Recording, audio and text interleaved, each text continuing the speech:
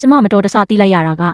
ကျမမွေးစားထားတဲ့ကလေးဟာအမှန်တော့ကျမယောက်ျားနဲ့ကျမရဲ့အချစ်ဆုံးတငယ်ချင်းတို့ခိုးရထားတဲ့သွေးသားအရင်းမြစ်ဖြစ်နေတယ်ဆိုတာပါပဲ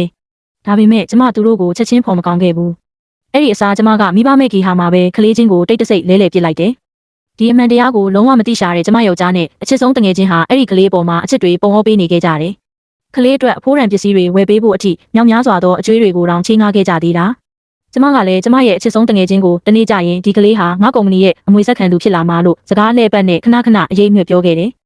ဒါကိုကြားရတိုင်းသူမကတိတ်ကိုပြောနေခဲ့တာပေါ့ဒါပေမဲ့ကလေးကတော့သူမအပေါ်မှာအေးဆက်ဆက်ပဲဆက်ဆံခဲ့တဲ့အတွက်သူမစတင်ပြီးကနာမငြိမ်ဖြစ်လာခဲ့တယ်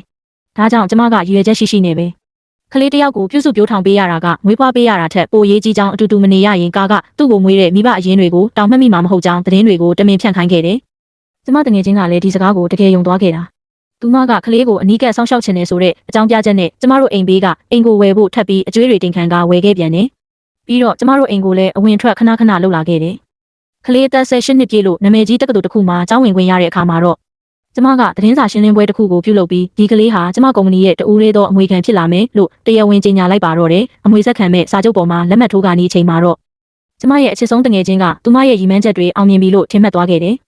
ကျမယောက်ျားကလည်းအဲ့ဒီအချိန်မှာဟန်ဆောင်နေတာတွေကိုရပ်တန့်လိုက်ပြီးကလေးဟာသူနဲ့ကျမတငယ်ချင်းတို့ရဲ့တားရင်ဖြစ်ကြောင်းလူပုံအလဲမှာဝန်ခံလိုက်တော့တယ်တာမကသေးဘူး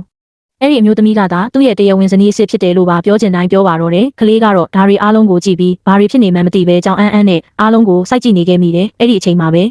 ကျမယောက်ျားဘက်ကိုအေးဆက်ဆက်ပြုံးနဲ့လှည့်ကြည့်ပြီးပြောလိုက်တယ်ဒီအမှန်တရားကိုငါကြိုသိနေခဲ့တာကြာပြီလွန်ခဲ့တဲ့18နှစ်ကတည်းကမင်းတို့ရဲ့တားရင်ကိုငါလဲလှယ်ပစ်ခဲ့တာလေဒါပေမဲ့ကျမယောက်ျားနဲ့အချစ်ဆုံးတငယ်ချင်းကလုံးဝမယုံကြဘူးကျမကသူတို့ကိုလိန်ညာပြီးလှည့်စားနေတယ်လို့ပဲထင်နေကြတာအဲ့ဒါနဲ့ကျမကလုံခြုံရေးဝန်ထမ်းတွေကိုတကားဖွင့်ဖို့လက်ဟန်ချေဟန်နဲ့အချက်ပြလိုက်တယ်ကျမရဲ့လက်ထောက်အတွင်းထဲကိုဝင်လာခဲ့တယ်သူ့လက်ထဲမှာတော့ဒနာဖခင်ဖြစ်မှုစစ်ဆေးချက်ရလက်ဒနာ paternity က report ပါလာခဲ့တယ်သူတို့နှစ်ယောက်စလုံးဒနာစစ်ဆေးချက်ရလက်ကိုမြင်လိုက်ရတဲ့တက္ကသိုလ်တစ်ခုထဲမှာနေအားကိုးရမဲစွာနဲ့ကျမ်းပြင်ပေါ်ကိုဒူးထောက်လဲပြိုကျသွားကြပါတော့တယ်